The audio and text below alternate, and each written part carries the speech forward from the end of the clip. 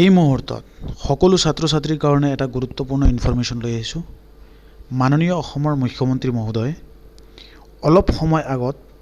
Tweet কৰিছিলে আৰু সেই টুইটটোত সকলো ছাত্ৰ ছাত্ৰীৰ যিটো ডাউট আছিল ইমান দিনৰ পৰা এই ডাউটটো ক্লিয়াৰ হৈ গ'ল। এই মুহূৰ্তত আপোনালোক সকলোৰ কাৰণে এটা গুৰুত্বপূৰ্ণ খবৰ লৈ আহিছোঁ। মাননীয় অসমৰ মুখ্যমন্ত্ৰী মহোদয় আপোনালোক সকলোৰ কাৰণে যিবিলাক ছাত্ৰ ছাত্ৰীয়ে HS হায়াৰ ছেকেণ্ডাৰী পাছ কৰিছিলে আৰু ডক্টৰ বাণীকান্ত মেৰিট এৱাৰ্ডটোৰ কাৰণে ইমান কেইদিনৰ পৰা তেওঁলোকে ৱেইট কৰি আছে আৰু বহুতৰে কিছুমান ড্ৰপ আউট ষ্টুডেণ্ট বা আউট কলেজৰ যিবিলাক অসমৰ বাহিৰত যিবিলাক ষ্টুডেণ্টে পঢ়া শুনা কৰি আছে তেওঁলোকৰ কাৰণে কনফিউজন হৈ আছিল তেওঁলোকে স্কুটি পাবনে নাপায়। তাৰ ওপৰত ভিত্তি কৰি মাননীয় অসমৰ মুখ্যমন্ত্ৰী মহোদয় ক্লিয়াৰিং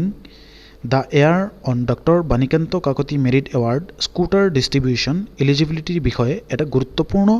সুন্দৰ টুইট কৰিছে আৰু যিটোত আপোনালোক সকলো ছাত্ৰ ছাত্ৰীৰ যিবিলাক ডাউট আছিল এইবিলাক ক্লিয়াৰ হৈ গ'ল। তাতে কোৱা হৈছে in 2024 boys scoring about 75% and girls scoring about 60% have become eligible for the award provided they. গতিকে এইখিনি তোমালোক সকলোৱে পূৰ্বৰ পৰাই জানা। ল'ৰাসকল 75% আৰু গাৰ্লছসকল 60%ৰ ওপৰত থকা গাৰ্লছসকলৰ কাৰণে এলিজিবল আৰু তেওঁলোকৰ hold a PRC of Assam অসমৰ স্থায়ী বাসিন্দা হ'ব লাগিব। তেওঁলোকৰ তাত PRC টকাৰ এটা প্ৰমাণপত্ৰ থাকিব লাগিব। Pursuing their degree in a institution of Assam অসমৰ ডিগ্ৰী কৰা ইনষ্টিটিউশ্যনবিলাকৰ ৰানিং ষ্টুডেণ্ট হ'ব লাগিব আৰু have not drop for coaching date is আৰু pursuing the educations without any gap সেইটো হ'ব লাগিব। সকলোৱে জানা এই বিষয়ে মুখ্যমন্ত্ৰী মহোদয় সকলোকে তোমালোক ধুনীয়াকৈ টুইট কৰি জনালে আৰু এটা বস্তু লিখিলে এডিশ্যনেলি এড কৰি পেলাই we have also' decided to include students who have got admission in national institution outside Assam like IIT IIM AIIMS এইবিলাকত যিবিলাক ষ্টুডেণ্টে এডমিশ্যন লৈছে সেই ষ্টুডেণ্টবিলাকৰ ভেলিড PRC ডকুমেণ্ট যদি থাকে তেতিয়াহ'লে তেওঁলোক এলিজিবল হ'ব বা চেণ্ট্ৰেল ইউনিভাৰ্চিটিত যিবিলাক ষ্টুডেণ্টে পঢ়া শুনা কৰি আছে সেইসকল ষ্টুডেণ্টো এলিজিবল হ'ব যদি তেওঁলোকৰ ওচৰত ভেলিড PRC আছে। এতিয়া যিবিলাক ছাত্ৰ ছাত্ৰীয়ে চেণ্ট্ৰেল ইউনিভাৰ্চিটিত বা বাহিৰা ইউনিভাৰ্চিটিত পঢ়ি আছে তেতিয়াহ'লে তেওঁলোকৰ IITত বা NITত এডমিশ্যন লৈ পেলাই পঢ়া শুনা কৰি আছে তেতিয়াহ'লে তেওঁলোকে যদি PRC নাই সোনকালে PRCখন বনাই ল'ব। PRCখন সোনকালে এপ্লাই কৰিলে সোনকালে পাই যাব। আজিকালি সেৱা সেতু পৰ্টেলটোৰ যোগেদি সোনকালে PRC পোৱা যায়। মাননীয় অসমৰ মুখ্যমন্ত্ৰী মহোদয় এই প্ৰচেছটোও ধুনীয়াকৈ সকলোৰ কাৰণে পূৰ্বৰ পৰা ৰেডি আছে। গতিকে যোনে যোনে PRC নাই তেওঁলোকেও PRC সোনকালে যাতে বনাই লয়। আশা কৰোঁ যিবিলাক ছাত্ৰ ছাত্ৰীয়ে স্কুটিৰ ডিষ্ট্ৰিবিউশ্যনক লৈ পেলাই ডাউট হৈ আছিল সেই ডাউটটো ক্লিয়াৰ হৈ যাব লাগে কাৰণ মুখ্যমন্ত্ৰী মহোদয়ে সকলোকে ইমান ধুনীয়াকৈ জনাইছে এই বিষয়টো লৈ পেলাই। গতিকে সকলো ছাত্ৰ ছাত্ৰীয়ে যিবিলাকে ইমান দিনৰ পৰা ৱেইট কৰি আছিলে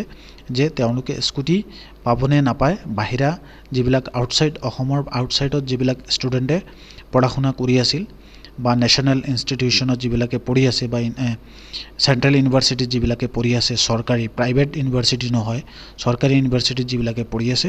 সেইসকলে এলিজিবল হ'ব যদি PRC দেখুৱাব পাৰে। গতিকে সকলো ছাত্ৰ ছাত্ৰীয়ে এই বিষয়টো লৈ পেলাই যাতে মিছ নকৰে। যাৰ যাৰ যি প্ৰব্লেম আছে এইখিনি অতি সোনকালে সম্পূৰ্ণ কৰি বিভাগীয় সোনকালে কাগজ পাতিখিনি জমা যাতে দিয়ে। বাহিৰা ষ্টুডেণ্টবিলাকৰ সকলৰ কাৰণে এতিয়া গুড নিউজ আহি গ'ল। গতিকে সকলো ছাত্ৰ ছাত্ৰীৰ ইমান দিনৰ অপেক্ষাত যিখিনি ডাউট হৈ আছিল সেই ডাউটটো আশা কৰোঁ আজিৰ এই ভিডিঅ'টোৰ জৰিয়তে ক্লিয়াৰ হৈ যাব লাগে কাৰণ মুখ্যমন্ত্ৰী মহোদয়ে সকলোকে ধুনীয়াকৈ টুইট কৰি এই বিষয়টো জনাই দিলে। আৰু এটা বিষয়ে সকলো ছাত্ৰ ছাত্ৰীক ক'ব বিচাৰিছোঁ যিবিলাক ছাত্ৰ ছাত্ৰীয়ে স্কুটি পাইছা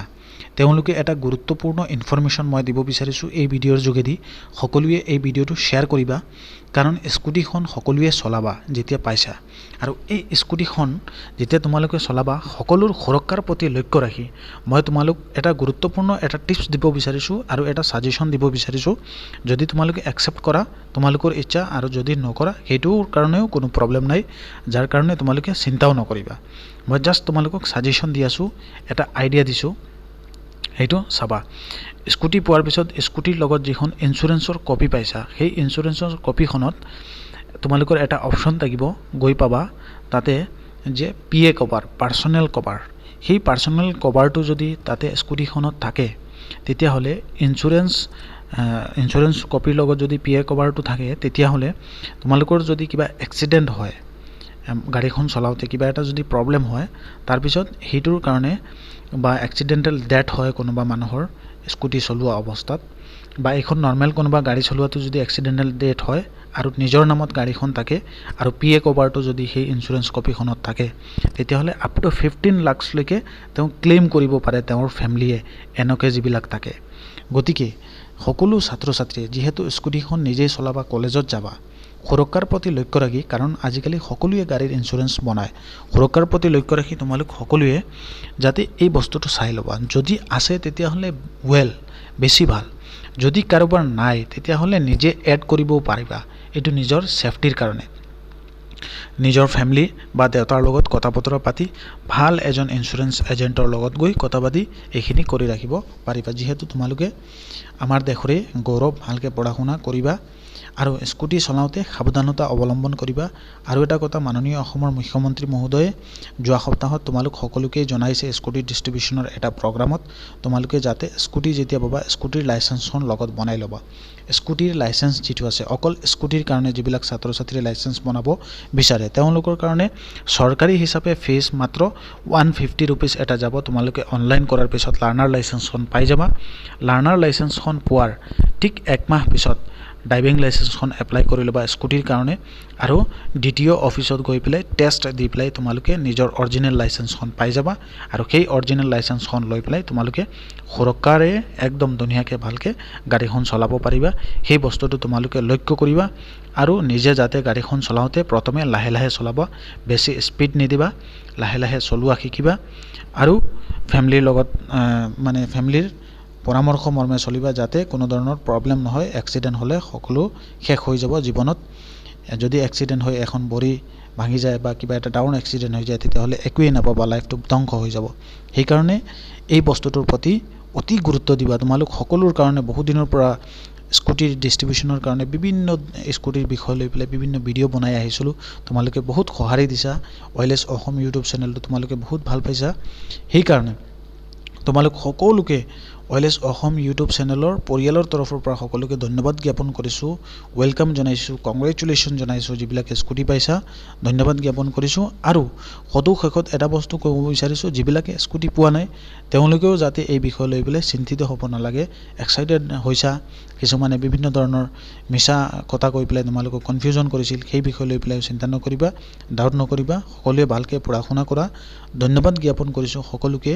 যাতে আমাৰ ওয়েলেছ অসম ইউটিউব চেনেলটো আগতে এনেকৈ সহাৰি দিয়া ধন্যবাদ